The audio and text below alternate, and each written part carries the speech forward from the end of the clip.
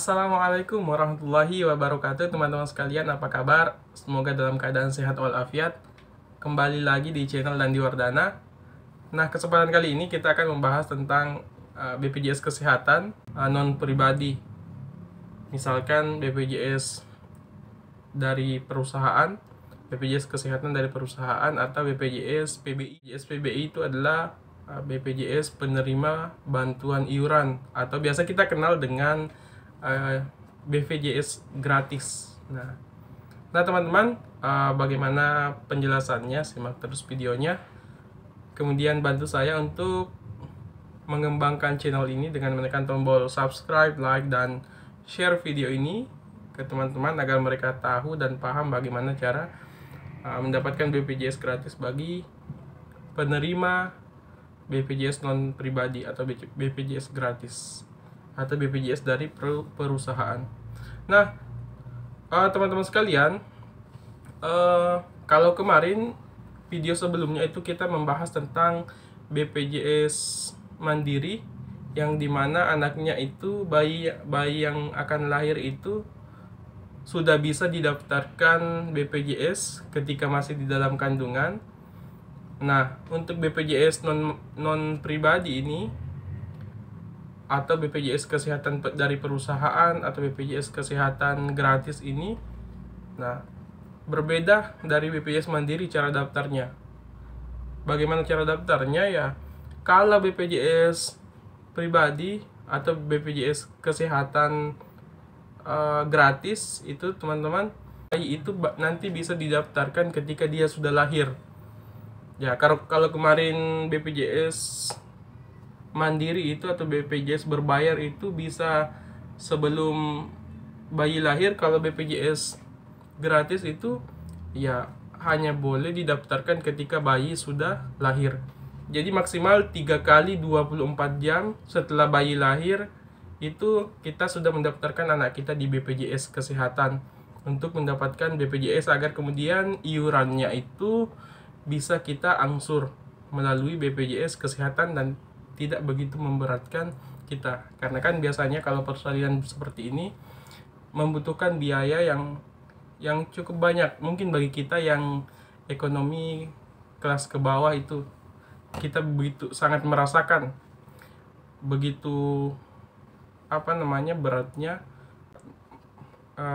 biaya persalinan. Karena saya sering ketika misalkan saya kan sering bertemu dengan teman-teman dari lembaga zakat yang mereka sering dihubungi oleh pihak rumah sakit untuk membantu pasien yang tidak bisa membayar biaya persalinannya.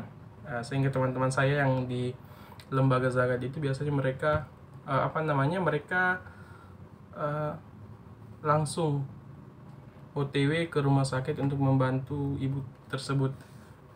Biasanya yang mereka itu yang Lazizmu, Lembaga Amil Zakat, Infak dan Sedekah Muhammadiyah.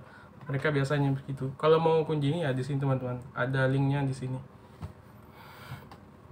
Kunjungi Instagramnya supaya teman-teman bisa lihat, oh, lembaga zakat ini yang biasa memberikan bantuan dan kita bisa menyalurkan zakat kita ke sana, teman-teman. Zakat, infak dan sedekah kita. Banyak programnya. Bisa dilihat di Instagramnya, teman-teman.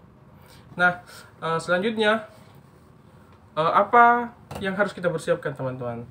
Ketika misalkan kita punya orang tua ingin melahirkan, atau kita punya istri yang ingin melahirkan, sedangkan kita hanya punya BPJS kesehatan gratis. Nah, kita hanya punya BPJS kesehatan gratis. Nah, yang harus kita persiapkan yang pertama adalah surat keterangan lahir dari rumah sakit, klinik atau bidan tempat anak kita lahir. Dan kemudian yang kedua adalah kakak orang tua, kakak atau kartu keluarga. Jadi semuanya ini fotokopi kartu keluarga orang tua. Yang kemudian selanjutnya adalah fotokopi KTP orang tua. Setelah itu surat buku nikah, buku nikah orang tua. Dan yang selanjutnya adalah BPJS Ibu. Mirip-mirip sebenarnya syaratnya dengan cara daftar di BPJS gratis, BPJS Mandiri. Hanya bedanya di sini adalah ada tambahan surat keterangan lahir. Nah, selanjutnya adalah tadi BPJS Ibu untuk didaftarkan anaknya BPJS. Nah, selanjutnya adalah ketika nanti mengisi formulir dari BPJS Kesehatan ataupun mengisi form DIP, data identitas peserta untuk didaftarkan di BPJS itu, kita harus mencantumkan nama anak kita. Jadi memang harus sudah disiapkan nama anaknya ketika mau mendaftarkan BPJS gratis untuk bayi yang baru lahir ini. Silahkan disiapkan namanya, siapa namanya, ya diisi nanti di formulir tersebut supaya kartunya nanti keluar langsung dengan nama anak tersebut. Nah, setelah kita mengisi formulir, nah pasti beberapa waktu kartunya akan keluar, kartunya kemudian jadi. Nah, setelah jadi, nanti setelah 3 bulan teman-teman, setelah 3 bulan dari terbitnya kartu ini, ya teman-teman harus mendaftarkan ulang anak kita ini ke BPJS Kesehatan dengan membawa identitas anak kita yang sudah lahir ini. Misalkan namanya Gunawan. Misalkan nama anak kita ini Gunawan. Ya, setelah 3 bulan, ya Gunawan ini sudah harus dimasukkan di dalam KK kita. Harus dibuatkan identitas data diri Gunawan ini, dan kemudian membuatkan akte kelahiran juga. Ini yang harus dilakukan agar kemudian BPJS-nya itu aktif dan bisa digunakan nanti suatu saat, misalkan ke rumah sakit lagi dan lain sebagainya. Nah, sebenarnya gampang teman-teman kalau mau daftar BPJS. Yang penting kita tahu caranya, dan inilah caranya yang saya jelaskan. Nah, perlu diingat bahwa teman-teman sekalian, jika ingin mendaftarkan anaknya BPJS Kesehatan, ya jangan lupa persyaratannya jangan ada yang terlewatkan. Jangan ada yang terlewatkan agar kemudian kartu BPJS-nya bisa terbit. Saya pikir itu teman-teman sekalian. Semoga bermanfaat.